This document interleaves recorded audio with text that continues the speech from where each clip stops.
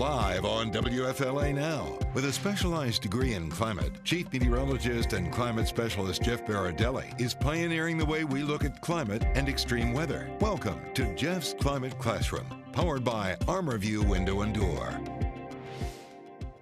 All right, everybody. Well, this is Jeff Baradelli, and welcome to Climate Classroom. I appreciate it. In today's Climate Classroom, we are discussing pushback, threats, and intimidation against climate science and climate scientists. As the impacts of climate change have ramped up, so has the proliferation of disinformation and misinformation on social media and the politicization of climate science. Now, climate science and scientists are increasingly finding themselves in the crosshairs with bad actors trying to silence them for simply speaking truth to power. That is where the Climate Science Legal Defense Fund steps in. They were founded over a decade ago. They provide legal services to help scientists wade through these treacherous waters. And joining me today, I want to bring her on camera right now, is Lauren Kurtz, the executive director. Thank you, Lauren, for joining me. Thank you for having me. And of course, our very own Val Simpson, who's here to discuss the topic as well. Hey, Val. That's right. I don't know much about it, so I'm really looking forward to learning and asking some questions. And also, just a reminder, I'm going to be keeping track of our Facebook page. We're live on Facebook right now, so if you have any questions for Lauren or for Jeff, I'll make sure that I pass them on. And of course, my trusty buzzer here. In case we go off track. Mostly for Jeff. Right. Not our guest. Of course. Yeah. All right, so you know what? Why don't we just start out at the very beginning, which is, Lauren, can you tell me about what the Climate Science Legal Defense Fund does and what you are? Great. Yeah. So we help scientists under fire, climate scientists, but also sometimes other environmental researchers who study, the interplay between climate and other systems. And, as you might have gathered, it's an area that is sometimes very contentious, very politically heated. Mm-hmm. And scientists can unfortunately find themselves in trouble because of the ways in which they advocate for their work, or just because they've done good research and it's, been politically inconvenient. They can find themselves personally under attack because of that. So we are here to help them navigate that and fight back. You're a 501c3 nonprofit, so you get your funding from people who give you funding, people who donate. It's sad that we're in a world where people who are doing research and just simply communicating that research with the public could possibly be under some duress of, be it legal or be threats online or whatever it be. Can you talk about the kinds of things that face scientists when they're just simply trying to communicate the results of their science? Sure. Yeah. So we have scientists who deal with bogus lawsuits. They get dragged into court as an attempt to either silence them or discredit their work, or both. We deal with things that are not quite courtroom level, but are still, legal attempts to intimidate. We increasingly are helping scientists who are facing claims that they've committed defamation, which by and large they haven't. The First Amendment is actually pretty broad, in addition to the fact that these scientists are speaking truth, and truth is an absolute defense to defamation. But, they're threatened with a defamation lawsuit just to silence them. Yeah. So a lot of scientists are people are trying to intimidate scientists. Who is trying to intimidate scientists? It's a whole range. I mean, sometimes you have just these lone wolf individuals who are very hot under the collar about this issue. And sometimes you also have much better funded entities. Unfortunately, it's oftentimes, fossil fuel companies who have in some way or another wanted to stymie climate action, and as part of that, try to discredit the researchers who are making clear that climate change is an increasingly pressing problem. Lauren, do you think that because of these threats that scientists are maybe feeling that, they don't want to continue on with their work, or is it jeopardizing their work? Yes, we have definitely worked with scientists who feel very disheartened by this. Some of them have changed their research priorities because they just don't want to deal with certain elements of this. Mm-hmm.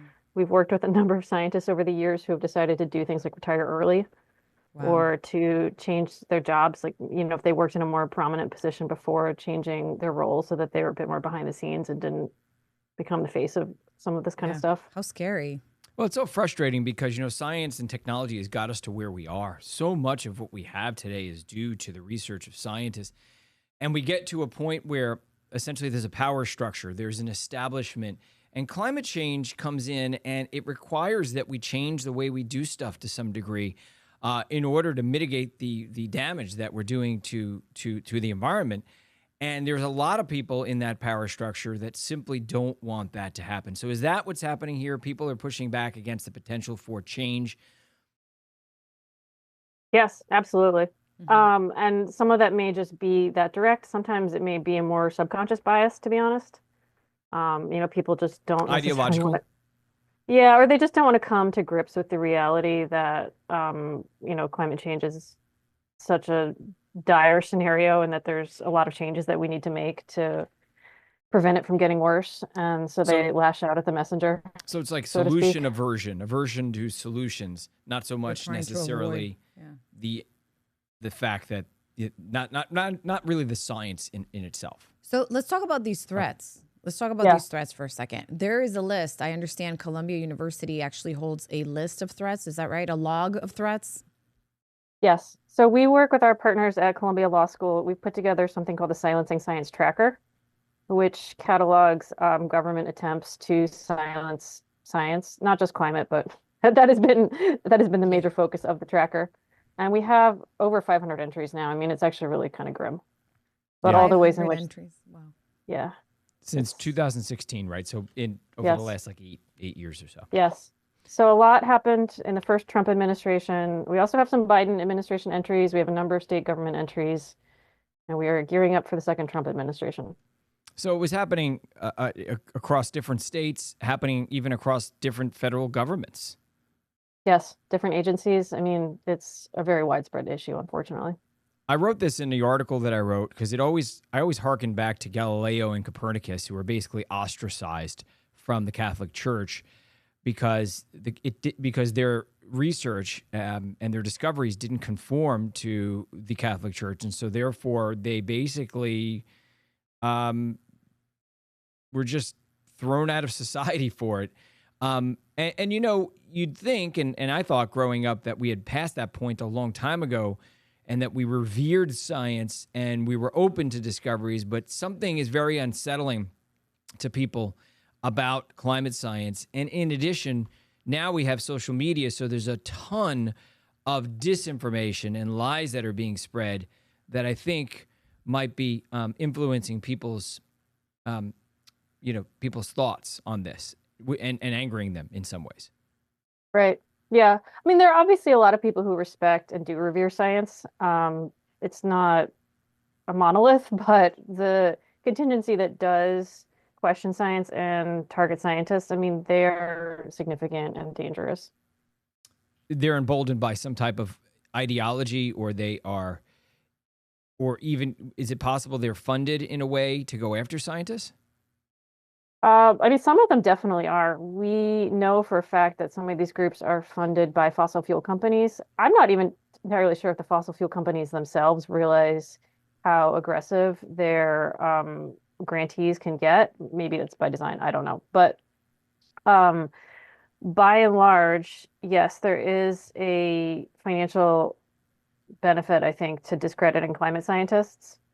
But then we also have people for whom there doesn't really seem to be so much a financial consideration as it's more just, to your point, like an ideological affinity, a deep-seated belief that the scientists are in some ways incorrect, and not just that they need to be challenged on this, but they need to be challenged quite aggressively and maybe even violently. I mean, it blows my mind that you're saying that these threats are coming from, backers like fuel companies, because then we're talking about really deep pockets. So, this is great that you guys are doing this, that this is a nonprofit and that you're stepping up and defending these scientists. But I bet that it gets really expensive too. Yeah. I mean, we're fortunate at CSLDF to have a lot of legal volunteers who can help us on this. So we're able to, I guess you could say we punch above our weight in that respect. But yeah, for an individual scientist who has a good job, but not a super Right. lucrative one. I mean, this is not really something you can easily do, is to hire some high-powered lawyer to Yeah. fight and assert everything on their on their behalf. It's really, I think, quite unfair actually that you have these, Sure. very middle class, Hmm. very devoted civil servants, public university professors, people who just want to do science for truth's sake, and then they have to spend their time and money Yeah. fighting these sorts of cases. Right. Yeah, I mean, scientists, generally speaking, at least, climate scientists don't really make that much money. A lot of these scientists are geniuses. They're very smart people. And if they really wanted to, they could just take their career and work for a big corporation, whether it be a hedge fund or an oil company or whatever, and make 20 times as much money as they're making. So, they're not. So the first thing is they're being very genuine about their interest in climate and their pursuit of the truth. But in addition to that, they're not selling out and going to a place where they know that they can make a whole lot more money peddling perhaps disingenuous information. Yeah, exactly. I think it's also like we were saying before that it's for a scientist to have that passion to want to look for truth and then to maybe change your path because of this. I mean, how sad is that? To know that this is my calling and yet you have to to not get in trouble, to not get sued, to not get threats. I mean, Jeff, you get threats Well, yeah, but I just ignore on social. everyone. How do you? Yeah. I just ignore everyone. I don't really they- engage with anyone. They sound like bots, though. I also don't even online. have that much time to engage with threats. Or, I mean, I have a lot of stuff to do, So it's almost impossible though for some people, I think, to ignore it, because sometimes they'll come at you so directly and so hard that you have no choice but to address Yeah. it, which is what essentially you would need the Climate Science Legal Defense Fund to help you with. You Yeah, have you ever we've helped gotten sued? scientists. Us personally, no, but in some ways, I would like to keep it that way at the same time. I mean, come at us. But we've helped scientists do things like file temporary restraining orders against people who've left death threats for them. I mean, there's some really egregious stuff that has happened. Usually it's not quite as life threatening as that, but it's still, I mean, it's still a very grim situation that scientists can find themselves in, where they're forced to spend literally years of their lives battling these legal cases that, Mm-hmm. in my opinion, they should have never had to deal with in the first place. Yeah, I mean, scientists are in many ways just, I just, because I know a lot of them, just kind of innocent scientists. They're sitting there just doing their work, and they just want to get that information, that research out to the public to let them know, hey, we have a problem here, and when it comes to climate change at least, and we have to fix it. And it's so, I think, just out of sorts for them to be targeted. They're not in that realm. They don't live in that realm. So for them, it just comes out of left field, and they don't know how to handle it at all. They have no legal experience. They don't really have the money to fight it. Right. Which is why sometimes it can be so unfair and unjust when people with really deep pockets come after people, just for trying to be honest with people. Val knows this about me. We talk about it all the time. I really, really value the truth. And I really, really value right versus wrong. And I believe in those both for my work as a scientist and also my work as a journalist. And so it really gets under my skin, which is one of the reasons why I want to do this show. Yeah. Yeah. Yeah, understandable. I mean, that's the case for all the scientists we've worked with. They're really guided by truth and just getting to the bottom of these really thorny questions. And they're used to having debates and being challenged, of course. I mean, that's how science proceeds.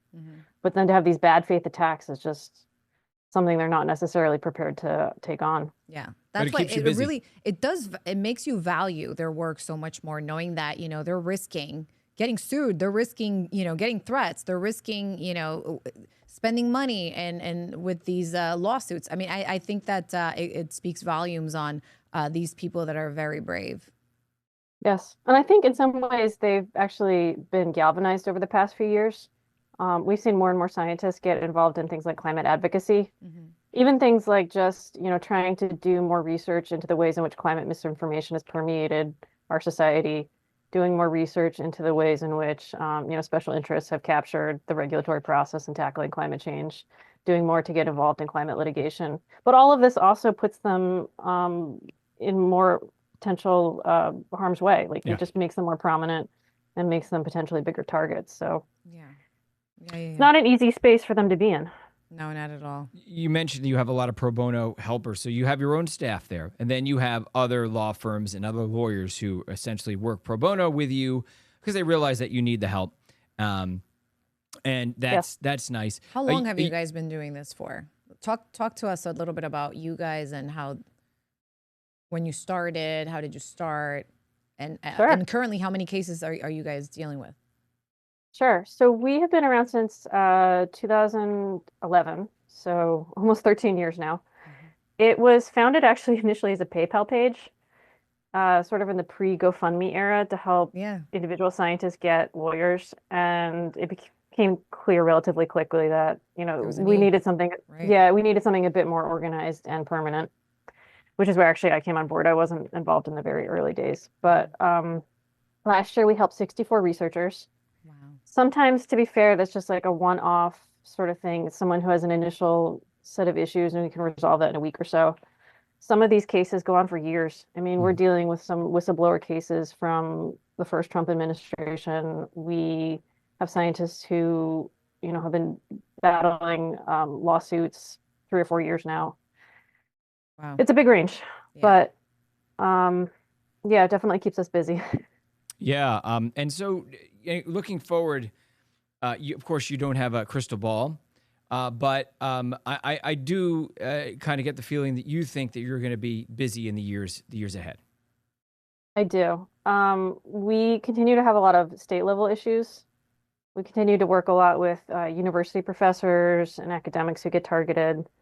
We've always worked with government scientists, and no administration is perfect, but I do think the coming administration is likely to have an additional level of issues given likely appointees and what happened the first go around. I mean, we had an astonishing number of scientists come to us in the first Trump administration, and I expect that we're going to have a lot more scientists who are dealing things with like censorship, misrepresentation.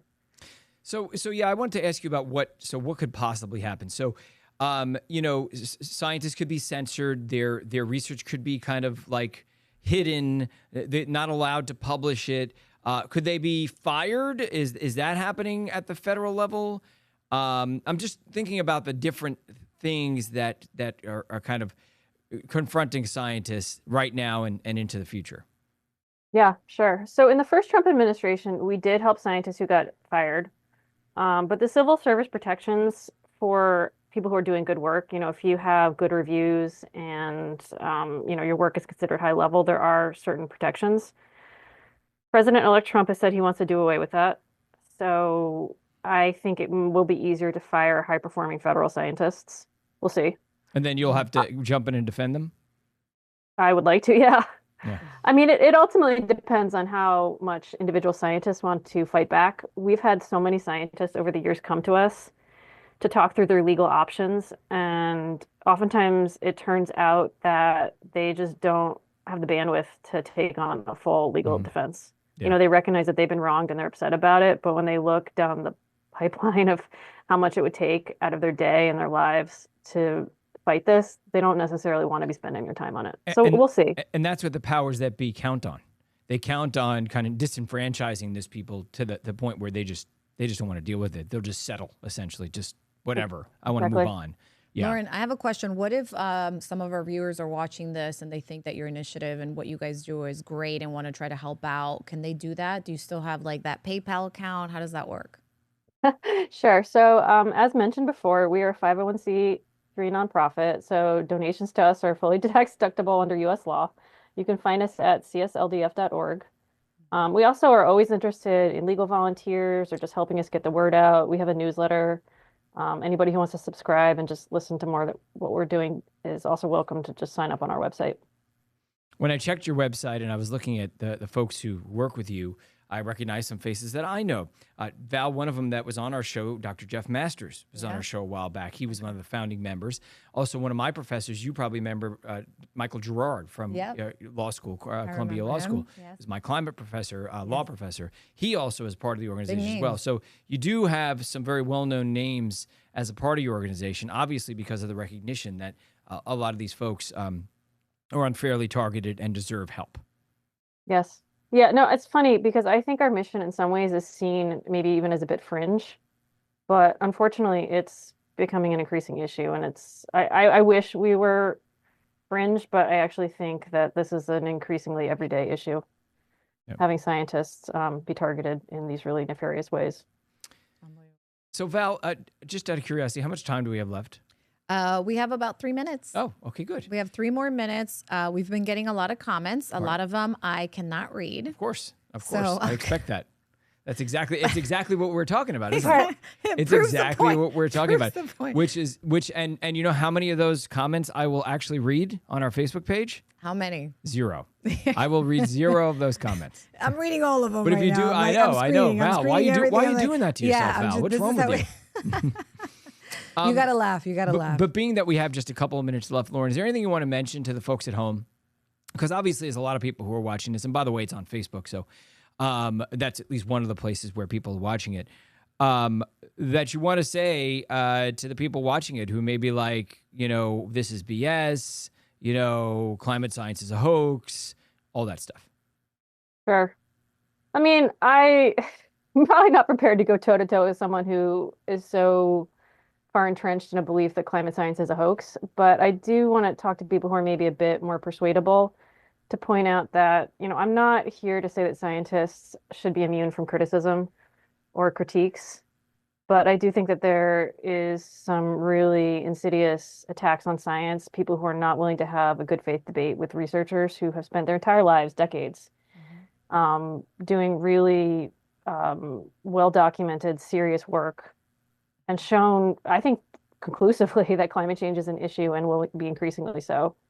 And, there's obviously a lot of open questions about how to handle this, but I don't think that attacking individual scientists is a reasonable solution in any capacity. I find that a lot of the people who will kind of get online and scream and yell, they are of the belief that we should be able to say whatever we want, freedom of speech, but then they will at the same time try to close down any debate with a climate scientist because they just simply, their ideology doesn't allow for them to believe that climate science and climate change is real and it's a pervasive and important and significant issue.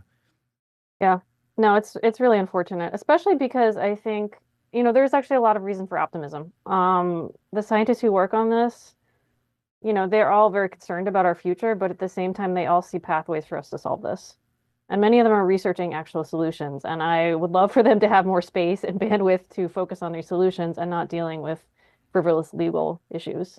Absolutely. I think I love that. all benefit from that. Yeah. All right. So what's your website if folks want to check it out? So we're at CSLDF.org, Climate Science Legal Defense Fund.org, CSLDF.org. All right. That's awesome. Anything Lauren, else thank you want to add? so much Val, for all your hard time? work. Yeah, we only have 17 more minutes, so I just wanted Seconds? seconds. I'm sorry, I said minutes. Let's start all over again. Yes, thank you, Lauren, so much for all your hard work, and thank you for coming on the show. Thank you for having me. This was great. And I want to thank everyone at home as well for joining us today for this week's Climate Classroom. Remember that you can find us on WFLA.com, on our Facebook page. You can also watch us on YouTube sometime later today, as well as listen to it on Spotify and Apple Podcasts. I want to thank everyone for joining me. Lauren, thank you. Val, thank you. And I will see you again next week for the Climate Classroom. Watch or listen to Jeff's Climate Classroom, powered by Armor View Window and Door on WFLA social media platforms, and find Jeff's climate reports on WFLA.com.